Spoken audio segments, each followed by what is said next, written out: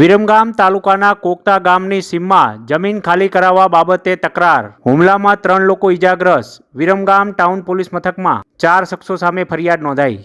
વિરમગામ તાલુકાના કોકતા ગામમાં જમીન ખાલી કરાવવા બાબતે ધીંગાણું સર્જાયું હતું. લાકડીઓ વડે હુમલો કરતા 3 થી વધુ લોકો ઈજા પહોંચી હતી.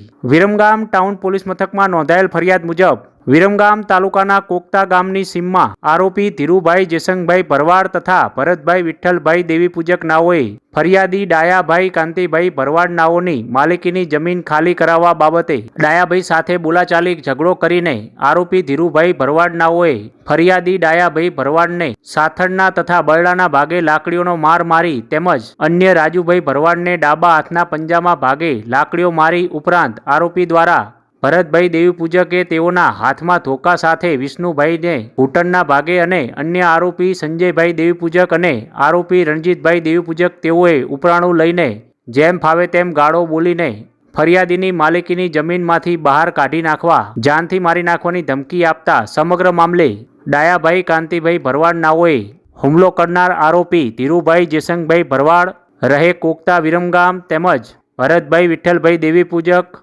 રણજીતભાઈ વિઠ્ઠલભાઈ દેવીપૂજક સંજયભાઈ વિઠ્ઠલભાઈ દેવીપૂજક તમામ રહે વાસણ ગામ તાલુકો વિરમગામ સામે વિરમગામ ટાઉન પોલીસ મથકમાં ફરિયાદ નોંધાવી છે. વિરમગામ ટાઉન પોલીસે હુમલા મામલે 4 શખ્સો સામે ગુનો દાખલ કરીને વધુ તપાસ હાથ ધરી છે.